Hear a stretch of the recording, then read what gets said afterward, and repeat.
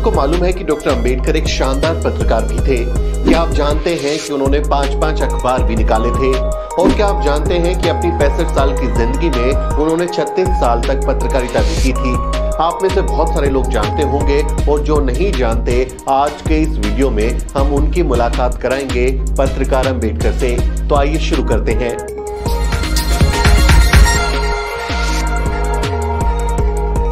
मूक नायक यानी मूक लोगों का नायक, हीरो ऑफ द डम, ये उस अखबार का नाम है जिसे बाबा साहब डॉक्टर अंबेडकर ने सबसे पहले शुरू किया था।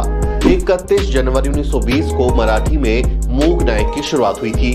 ये पाक्षिक यानी 15 दिन में छपने वाला अखबार था, लेकिन उन्हें अपना खुद का अखबार शुरू करने की क्या जरूरत थी?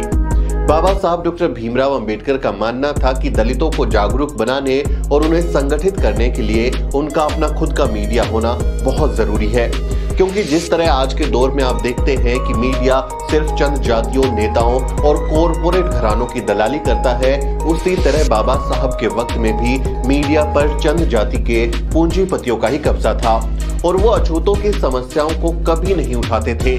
लेकिन मीडिया ताकतवर होता है, लोगों तक बात पहुंचाने में उसकी एक अहम भूमिका होती है, वो बहुत जरूरी होता है। इसलिए उन्होंने खुद ही पत्रकार बनने की ठान ली और 31 जनवरी 1920 को मूक नायक का पहला अंक प्रकाशित हुआ। उन्होंने मीडिया की सच्चाई को बयां करते हुए मूक नायक के पहले संपादकीय में लिखा था, बहिष्कृत लोगों पर हो रहे और भविष्य में होने वाले अन्याय के उपाय सोचकर उनकी भावी उन्नति और उनके मार्ग के सच्चे स्वरूप की चर्चा करने के लिए वर्तमान समाचार पत्रों में जगह नहीं है। ज्यादातर समाचार पत्र खास जातियों के हित साधन करने वाले हैं। इतना ही नहीं, कभी कभी वे दूसरी जाति के लोगों के खिलाफ भी लिखते हैं। बाबा साहब ने मूक नायक के जरिए न सिर्फ अछूतों में चेतना जगाई, बल्कि दमदार तरीके से बहुजन समाज के हितों की पैरवी भी की। 28 फरवरी 1920 को प्रकाशित मूक नायक के तीसरे अंक में डॉक्टर अंबेडकर ने ये स्वराज नहीं हमारे ऊपर राज्य है शीर्षक संपादकीय में साफ साफ कहा था कि अगर स्वराज मिले तो उसमें अछूतों का भी हिस्सा होना चाहिए। बाबा साहब डॉक्टर अंबेडकर ने बतौर पत्रकार भी बेहद शानदार काम किया है। उन्होंने अखबारों और पत्र पत्रिकाओं के जरिए भी अपने आंदोलन को न सिर्फ धार दी, बल्कि पूरी दुनिया को भारत के अछूतों की दयनीय हालत के बारे में बताया। आज हमारे पास टीवी है, वेबसाइट है, सोशल मीडिया जैसे माध्यम है, लेकिन बाबा साहब के दौर में अखबार से बड़ा कोई मीडिया नहीं होता था। लेकिन आज की तरह ही उस वक्त भी मीडिया पर ब्राह्मण बनिया जातियों का ही वर्चस्व था।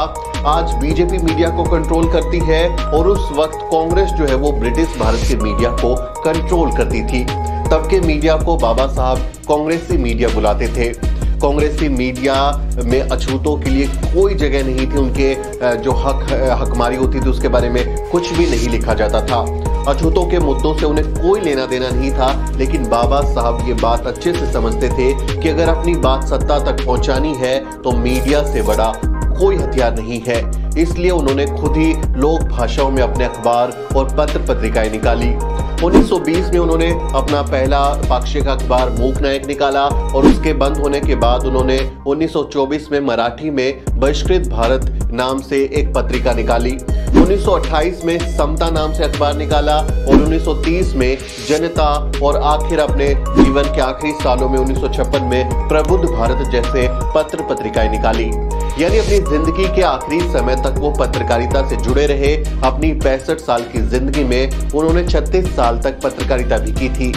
डॉक्टर अंबेडकर के अखबार किसी जाति विशेष के हितों को नुकसान पहुंचाने के लिए नहीं, बल्कि एक ऐसा समाज बनाने के लिए थे जिसमें कोई किसी का नुकसान ना करे और सबके हितों की रक्षा हो, कोई भेदभाव ना हो। डॉक्टर अंबेडकर मनु मीडिया के चरित्र को जानते थे और उससे लेकर परेशान भी थे। भारतीय मीडिया के बारे में उन्होंने लिखा था, भारत में पत्रकारिता पहले एक पेशा थी, अब वो एक व्यापार बन गई है। अखबार चलाने वालों को नैतिकता से उतना ही मतलब रहता है जितना कि किसी साबुन बनाने वाले को। पत्रकारिता स्वयं को जनता के जिम्मेदार सलाहकार के रूप में नहीं देखती।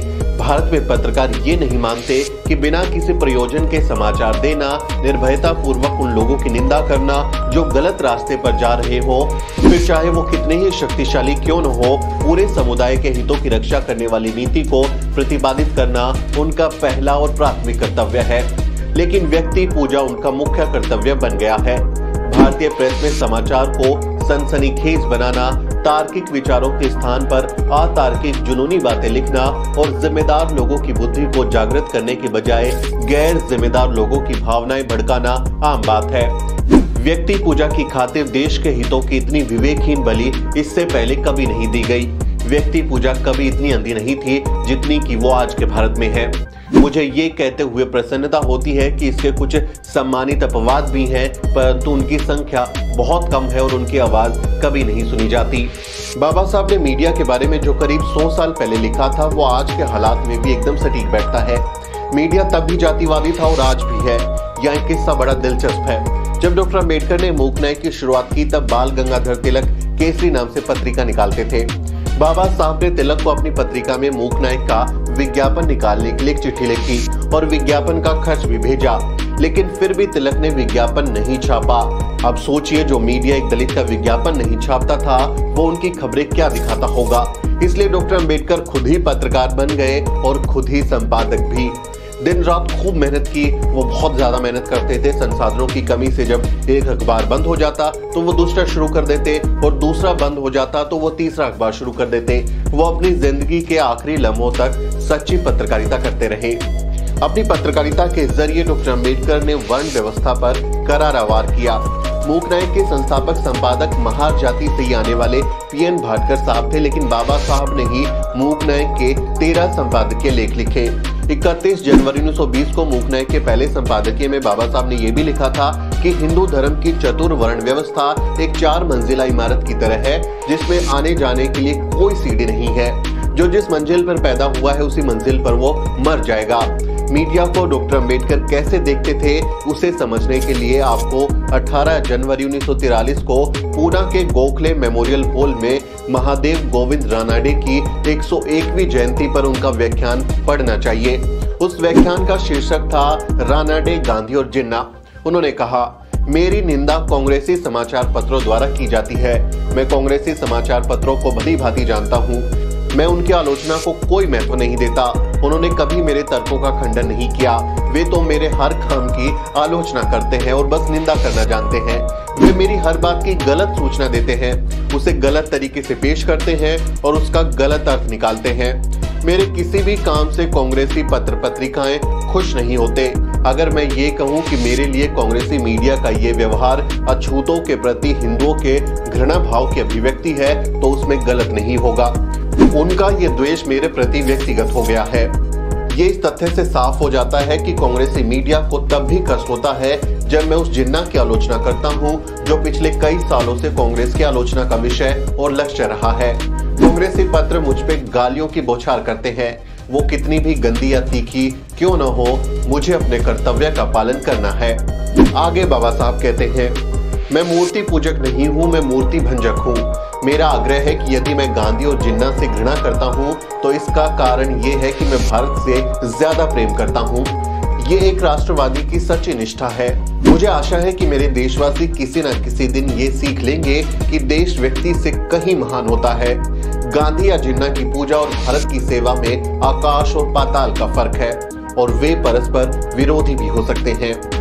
डॉक्टर अम्बेडकर ने अपने सामाजिक राजनीतिक आंदोलन को मीडिया के माध्यम से भी चलाया और अछूतों के अधिकारों की आवाज भी उठाई।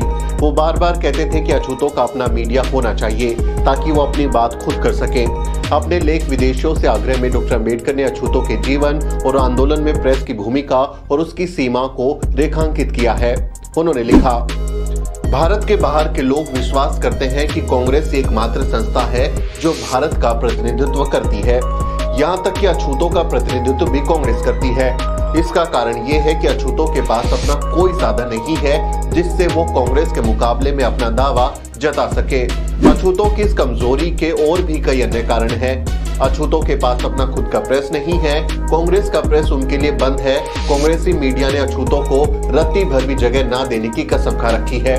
अछूत अपना प्रेस स्थापित नहीं कर सकते। ये साफ है कि कोई भी समाचार पत्र बिना विज्ञापन राशि के नहीं चल सकता और पैसा केवल व्यावसायिक विज्ञापनों से ही आता है। चाहे छोटे व्यवसायी हो या बड़े व्यवसायी हो, वो सभी कांग्रेस से जुड़े हुए हैं और गैर कांग्रेसी संस्था का पक्ष नहीं ले सकते। भारत की समाचार एजेंसी एसोसिएटेड प्रेस के स्टाफ संपूर्ण रूप से मद्रासी ब्राह्मणों से भरा पड़ा है। वास्तव में भारत का संपूर्ण प्रेस ही उनकी मुट्ठी में है और वे कांग्रेसियों के पिट्ठू हैं जो कांग्रेस के खिलाफ किसी समाचार को नहीं छाप सकता। यही कारण है कि प्रेस अछूतों की पहुंच से बाहर है, लेकिन किसी हद तक खुद अछूतों में प्रचार न करने की प्रवृत्ति का होना भी एक कारण है। प्रचार की प्रवृत्ति का ना होने का एक कारण देशभक्ति भी है कि कहीं ऐसी कोई बात ना हो जाए जिससे देश की प्रतिष्ठा दांव पर लग जाए। डॉक्टर अम्बेडकर ने पत्रकारों को उनका हक भी दिलाया था। 1946 में जब डॉक्टर अम्बेडकर लेबर मिनिस्टर थे, उस समय कलकत्ता के प्रेस कर्मचारियों ने हड़ताल की थी। बाबा साहब ने न सिर्फ उनके काम के घंटे कम कराए, बल्कि उन्हें कई तरह की अन्य सुविधाएं भी दिलाई। 1945 में all India schedule caste federation ने पीपल्स हेराल्ड नाम से अपना साप्ताहिक मुखपत्र निकाला था और उसके उद्घाटन में डॉक्टर अम्बेडकर को चीफ गेस्ट के तौर पर बुलाया गया था। उसके उद्घाटन भाषण में डॉक्टर अम्बेडकर ने कहा था, आधुनिक प्रजातांत्रिक व्यवस्थाओं में अच्छी सरकारों के लिए समाचार पत्र मूल आधार है। इसलिए भारत के अनुसूचित जातियों के दर्द और दुर्दशा जिसे हम खत्म करने का प्रयास कर रहे हैं, तब तक सफलता नहीं मिल सकती जब तक 8 करोड़ अछूतों को राजनीतिक तौर पर प्रशिक्षित न कर लें। यदि अलग अलग विधानसभाओं के विधायकों के व्यवहार की रिपोर्टिंग करते हुए समाचार पत्र ये लिखे, ये ऐसा क्यों है, क्यों नहीं है, ये सवाल अगर पूछे तो निश्चित तौर पर विधायकों के व्यवहार में तब्दीली आ सकती है और हमारे लोगों की जो दुर्दशा है वो खत्म हो सकती है। इसलिए समाचार पत्र को मैं ऐसे साधन के रूप में देख रहा हूं जो वैसे लोगों का भी शुद्धिकरण कर सकता है जो गलती से अपने राजनीतिक जीवन में रास्ता भटक गए हैं। 1937 के विधानसभा चुनाव में मराठी समाचार पत्रों की भूमिका का हवाला देते हुए उन्होंने कहा, समाचार पत्र न केवल मतदाताओं को प्रशिक्षित करते हैं, बल्कि ये भी सुनिश्चित करते हैं कि जिसे उन्होंने अपने मत से चुना है वो उनके साथ खड़े हों। वो अपना कर्तव्य ठीक से पालन कर रहे हैं या नहीं कर रहे हैं, वो किसी से दुर्व्यवहार तो नहीं कर रहे। आज जब मनुवादी मीडिया सत्ता के तलवे चाट रहा है तो बाबा साहब की बातें और भी ज्यादा जरूरी हो जाती हैं। उस समय कांग्रेसी मीडिया था और आज मोदी मीडिया है। कुल मिलाकर खेल चुनिंदा जातियों के लोग ही खेल रहे हैं। ऑक्सफैम न्यूज लॉन्ड्री की हालिया रिपोर्ट में साबित हुआ कि मीडिया के 121 निर्णायक पदों में से 106 सवर्णों के कब्जे में है। दलित पत्रकार आपको ढूंढे नहीं मिलेंगे। जो मेरे जैसे चुनिंदा दलित पत्रकार होते हैं उन्हें जातिवाद का सामना करना पड़ता है। ऐसे में जरूरी है कि बहुजन समाज अपना खुद का राष्ट्रीय बहुजन मीडिया खड़ा करने के लिए आगे आए और अम्बेडकरवादी पत्रकारिता की मशाल को जलाए रखे। आज जब मीडिया पतनशीलता के सबसे निचले पायदान पर जा चुका है, तो ऐसे समय में अम्बेडकरवादी मीडिया ही हमारे देश के संविधान और लोकतंत्र को बचा सकती है। बाबा साहब डॉक्टर अम्बेडकर ने बतौर पत्रकार समानता के लिए आवाज उठाई। उन्होंने बतौर पत्रकार अन्याय का विरोध किया। उन्होंने हमारे देश के निर्माण में समता का बीज बोने के लिए अपनी पत्रकारिता का इस्तेमाल किया। डॉक्टर अम्बेडकर एक पत्रकार के तौर पर हमें लोकतंत्र और संविधान की रक्षा करने की सीख भी देते हैं। उम्मीद है आज के इस वीडियो से आप डॉक्टर अम्बेडकर को बतौर पत्रकार भी जान पाए होंगे। ये वीडियो आपको कैसा लगा, ये जानकारी आपको कैसी लगी, इसके बारे में अपनी राय लिखें, कमेंट करें और अम्बेडकरवादी पत्रकारिता करने वाले द न्यूज़ वीक को और मजबूत बनाएं और हमारे चैनल को सब्सक्राइब जरूर करें।